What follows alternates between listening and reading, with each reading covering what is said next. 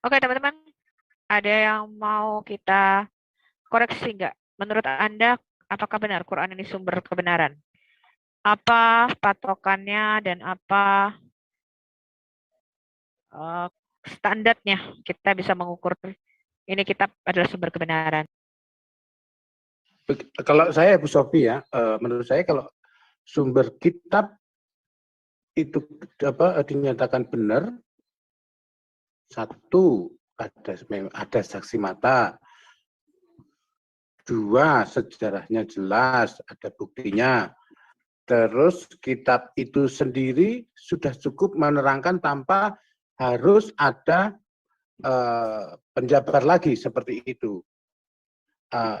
Maaf ya, misalnya ini tentang mut'ah. Kenapa ditentangnya ada di hadis seperti itu? Berarti kan nggak ada kuasa. Bahasa bodohnya saya, nggak ada power dari apa, harusnya kan yang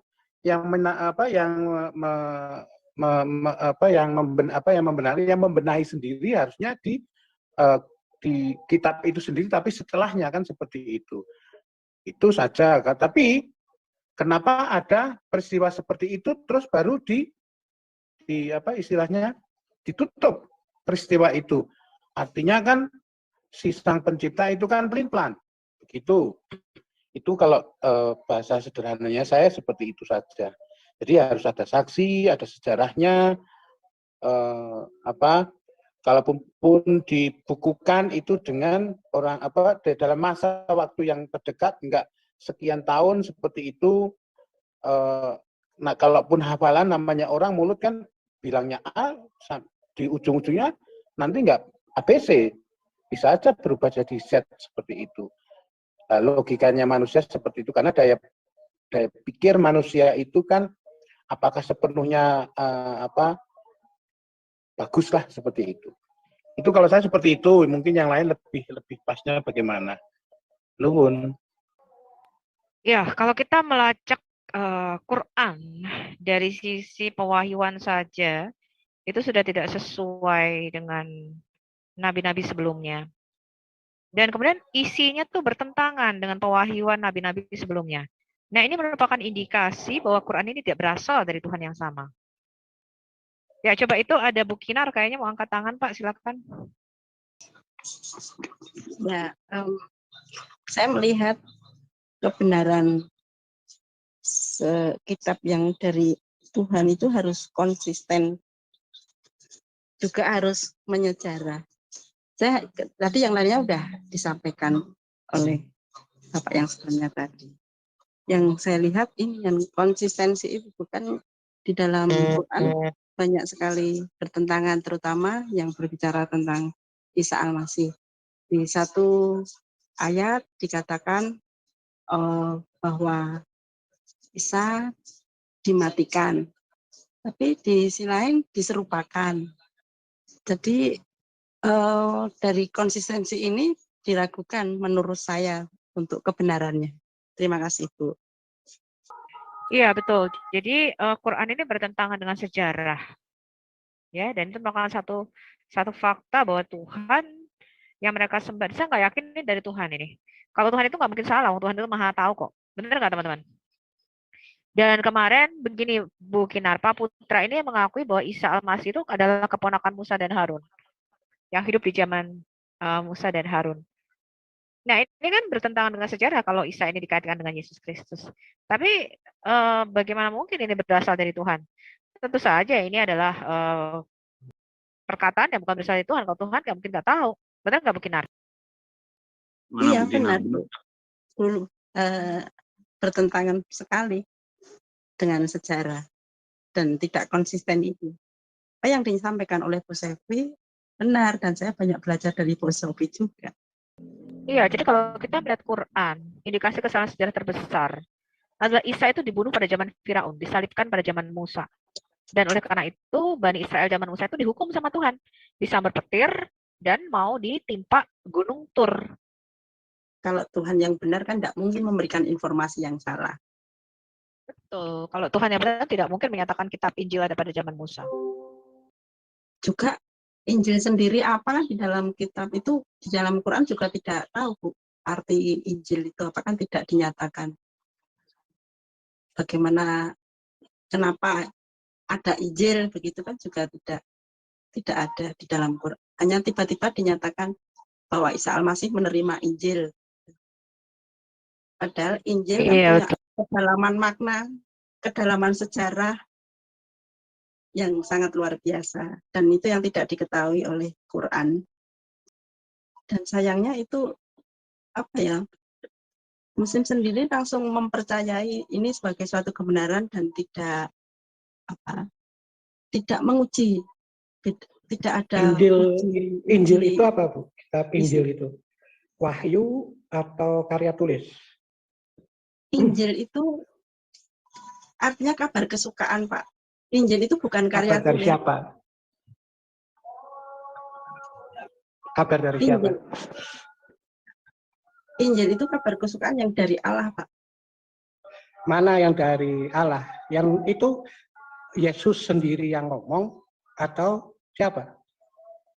Yesus bukan ngomong tentang Injil, Pak, karena di dalam kekristenan Yesus Kristus itu kabar kesukaannya itu sendiri. Injil itu ya Yesus itu, Pak.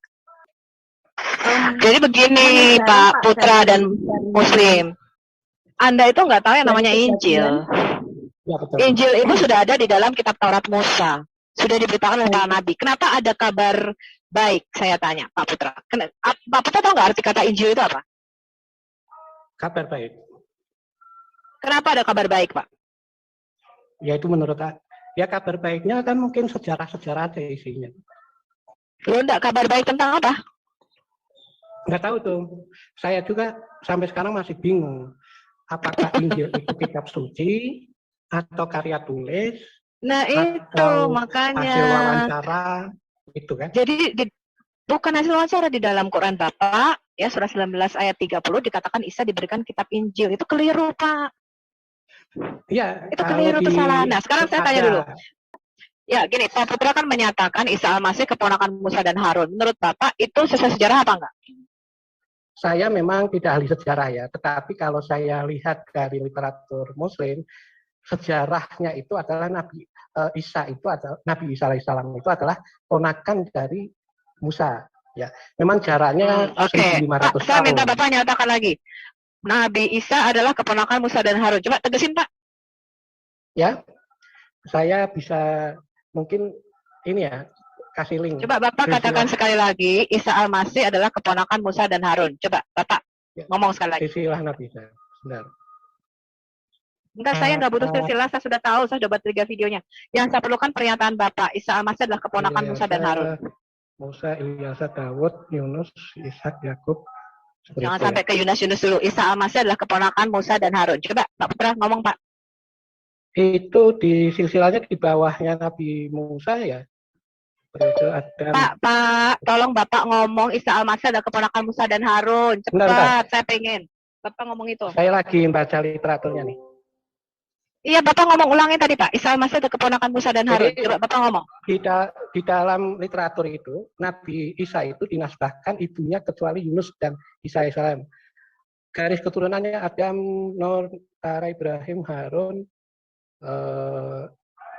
Musa, usia di bumi, Maryam, Isa. Mungkin ini saya searching saya chatkan aja ya silsilahnya. Ya, gimana Ibu Kinar tadi pertanyaannya tentang Isa Al-Masih, kebenaran ya, yang pertama tentang sejarah kebenaran isi Al-Quran kan kalau itu dari Allah itu kan pasti seiring sejalan dengan sejarah. Nah, adakah data dari Pak Ikhwan bahwa apa yang disampaikan oleh Al-Quran itu adalah sesuai dengan sejarah? Sebagai contohnya tadi ya, apa yang berkaitan dengan Isa Al-Masih itu tentang konsistensi Al-Quran terhadap isi. Sebagai contoh di dalam Al-Quran itu tentang Isa itu ada yang dinyatakan bahwa Isa itu dimatikan. Saya tidak hafal dengan ayatnya. Kemudian yang pertama Isa itu diwafatkan, tapi di ayat yang lain dia itu tidak wafat, tapi diserupakan dan diangkat. Iya, ya. Berarti kan tidak ada apa ya, tidak ada konsistensi tadi. Terima kasih. Ya. Ya, nanti pertanyaannya bagus ya dan menarik. Saya berusaha menjawab tentu sesuai dengan dalil Al-Quran. Ya, saya pinjam screen-nya kalau dibolehkan dibuka. Ya. Dari tadi Ibu Kinar ya mempertanyakan tentang kebenaran Al-Quran ya, terutama informasi yang dikatakan Al-Quran ya. Tentu umat Islam terkait dengan informasi tentang keberadaan Isa Al-Masih, rujukannya adalah Al-Quran. Karena sesuai dengan firman Allah An-Nisa 174-175, wahai manusia, sesungguhnya telah datang kepadamu bukti kebenaran dari Tuhanmu, dari Rabbmu, Muhammad dengan mukjizatnya, dan telah kami turunkan kepadamu cahaya yang terang benderang, Al-Quran. Adapun orang-orang yang beriman kepada Allah dan berpegang teguh kepada agamanya, niscaya Allah akan masukkan mereka ke dalam rahmat yang besar, darinya surga dan limpahan karunia-Nya, dan menunjukkan mereka jalan yang lurus untuk sampai padanya. Tentu ini dalam rujukan umat Islam adalah kebenaran dari Al-Quran. Terkait dengan Isa Al-Masih tadi ditanyakan oleh Kina, ini dijelaskan di An-Nisa 157-158 ya, tentang konsistennya Al-Quran dan kesesuaiannya dengan sejarah ya. Saya bacakan, Allah berfirman, dan karena ucapan mereka, sesungguhnya kami telah membunuh Al-Masih Isa putra Maryam, ya, lihat di slide-nya, Rasul Allah, padahal mereka tidak membunuhnya dan tidak pula menyalibnya. Tetapi yang mereka bunuh ialah yang diserupakan dengan Isa. Sesungguhnya mereka telah berselisih pendapat tentang pembunuhan Isa, selalu dalam keraguan-raguan tentang yang dibunuh. Mereka benar-benar tidak tahu siapa sebenarnya yang dibunuh itu, melainkan hanya mengikuti prasangka belaka. Jadi mereka tidak yakin telah membunuhnya, tetapi yang sebenarnya Allah telah mengangkat Isa ke hadiratnya. Allah Maha Perkasa lagi Maha Bijaksana. Ayat An-Nisa ini cukup singkat tetapi menjawab dan padat, menjawab semua apa yang sedang terjadi. Di sini pertama, Isa jelas tidak disalib, selamat dari ancaman bahaya Romawi, tetapi yang disalib adalah diserupakan. Pertanyaannya, siapa manusia yang diserupakan? Itu bukan hal penting dalam akidah Islam, karena hal yang terutama adalah Isa selamat dari kejahatan bangsa Romawi dan kaumnya yang mencelakakannya. Poin juga yang penting dalam ayat ini menjelaskan bahwa mereka berselisih tentang siapa yang disalib. Dan mereka ada keraguan-raguan kebenaran tentang penyaliban yang dibunuh itu. Ya, mereka tidak tahu siapa yang dibunuh. Kemudian poin juga di sini, melainkan mereka hanya mengikuti prasangkaan belaka. Artinya mereka hanya mengikuti prasangka bahwa disalib itu adalah Isa Al-Masih, padahal sebetulnya mereka tidak mengenalnya. Dari sampai di sini tentu ayat Al-Quran ini mari kita uji, tapi sebenarnya saya akan ingin menjawab dulu.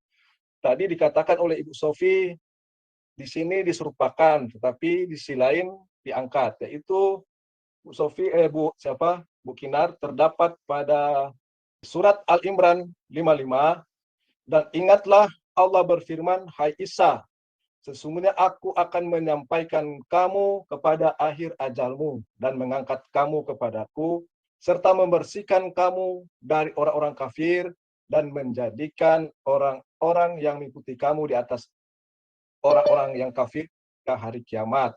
Kemudian hanya kepada akulah kembalimu, lalu aku memutuskan di antarmu tentang hal-hal yang selalu kamu berselisih kepadanya. Jadi Ibu Kinar, ayat ini di sini dijelaskan Isa itu ya, dalam terjemahan ini kata Arab saya buka dulu Al-Imran ya yang 155 ini. Ya, terjemahannya itu diangkat ini disampaikan ajalnya ini memiliki beberapa makna. Ya, bukan berarti selamanya diwafatkan, tetapi ditidurkan, ya bisa diwafatkan. Dipingsankan ya? Dipingsankan dan ditidurkan, dibius ya? Ditidurkan, ya itu maknanya. Jadi bukan dipingsankan. Dengar ya teman-teman Islam dan Kristen, diwafatkan itu artinya dibius atau ditidurkan, ya? Bentar. Jadi Ibu Kinar itu tidak bertentangan ya. Ketika Isa itu diangkat, maka Allah menidurkannya. Ya di terjemahan sini menyampaikan kamu kepada akhir ajalmu. Jadi tidak ada yang bertentangan. Ya, kita kembali ke topik. Sebentar. Menyampaikan kamu kepada akhir ajalmu itu. Sebentar. Saya bisa buktikan surah 4 ayat 157, kita baca dari 153, bahwa orang-orang Yahudi yang berselisih tentang siapa yang disalibkan itu adalah orang Yahudi pada zaman Musa atau Bani Israel zaman Musa, dan Yesus disalibkan pada zaman Firaun Musa. Sekarang jangan ke situ dulu, ya. Nanti saya sampai rumah kita akan buka laptop. Yang saya minta adalah sampai pada akhir ajalmu. Apakah itu artinya ditidurkan? Ya, ditidurkan. Itu sudah dijelaskan tadi. Saya ingin Enggak, dulu. saya tanya sekali lagi. Kata-kata sampai aku enggak. Saya tegaskan kamu ngomong sekarang di YouTube.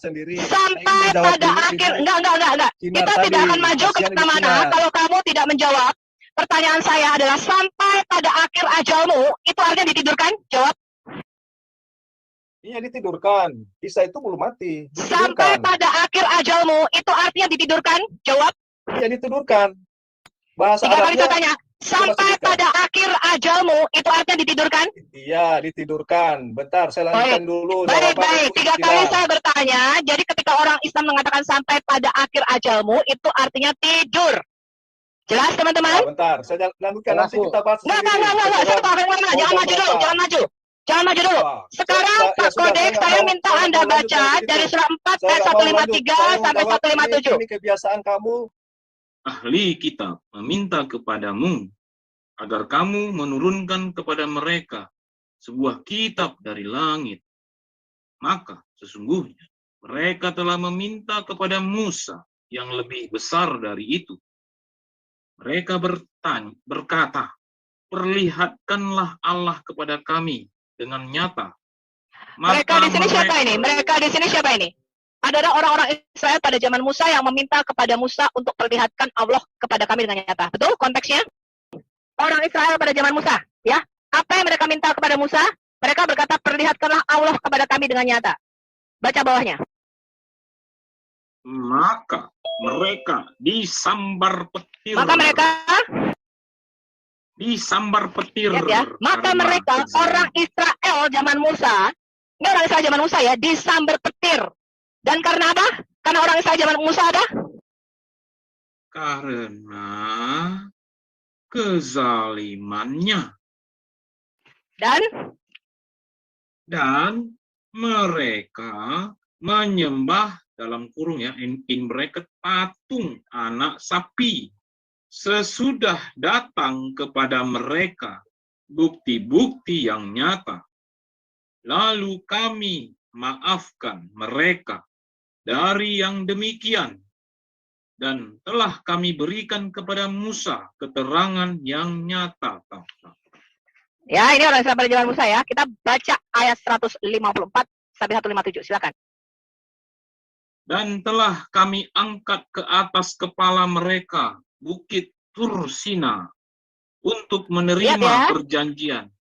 Allah mengatakan orang Israel zaman Musa itu mau digebuk sama bukit Tursina. Kenapa? Karena mereka melanggar hari Sabat dan mereka tidak mau masuk ke tanah Kanaan. Baca.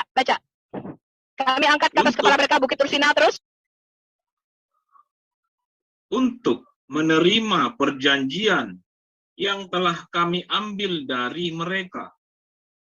Dan kami perintahkan kepada mereka, masuklah pintu gerbang itu sambil bersujud. Dan kami perintahkan pula kepada mereka, janganlah kamu melanggar peraturan mengenai hari Sabat. Sabtu di sini. Hari Sabtu. Dan kami telah mengambil dari mereka perjanjian yang kokoh. Ya, ini konteksnya pada waktu itu orang Israel zaman Musa, ya, melanggar hari Sabat. Ya, dikutuk jadi kera dan babi. Kita baca ayat 155-nya.